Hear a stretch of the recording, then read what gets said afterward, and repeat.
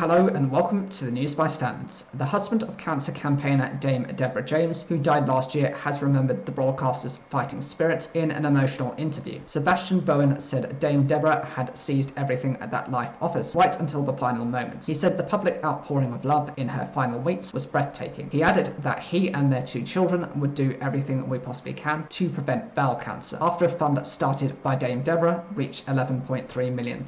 It was inspiring and beautiful to see how everyone showed through the donations the impact that she'd had on hundreds of thousands of people's lives. He added, there's also a kind of sadness just reflecting back on it all, that she had to go through all of this, because the reality is she didn't. In that sense, she had symptoms months before she was actually diagnosed. If somehow we had just been able to truncate that period from symptoms to diagnosis, she probably would still be with us today. But I guess that just fuels us on even more to make sure it doesn't happen to other people. Hopefully all of us working together, all the charities working together with more public awareness, will be able maybe not to defeat bowel cancer, but at least change the odds that people have. Bowel Babe was set up in May 2022, a month before Dame Deborah's death, to raise money for Cancer Research UK, with an initial target of £250,000. The amount that could be achieved with that £11 million is beyond what anyone could realise at this point, said Dame Deborah's 15-year-old son Hugo. I hope that it could save thousands, tens of thousands of lives if possible, and I think the way it's going, it could save even more. Dame Deborah was diagnosed with bowel cancer in 2016, aged 35, and became an outspoken campaigner encouraging people to check for signs of the deadly disease. All of the families spoke about her message of positivity, even in those final weeks, and how she embodied rebellious hope. If you don't stay positive, you just think about the negatives, and that really brings you down, said her daughter Eloise, aged 13. She always used to say, if it ever rains, just go out and feel the rain on your face, because you're so lucky and privileged to be alive, said Mr. Bowen. There will be a lot of people who understand what that means, in terms of how lucky we are just to live life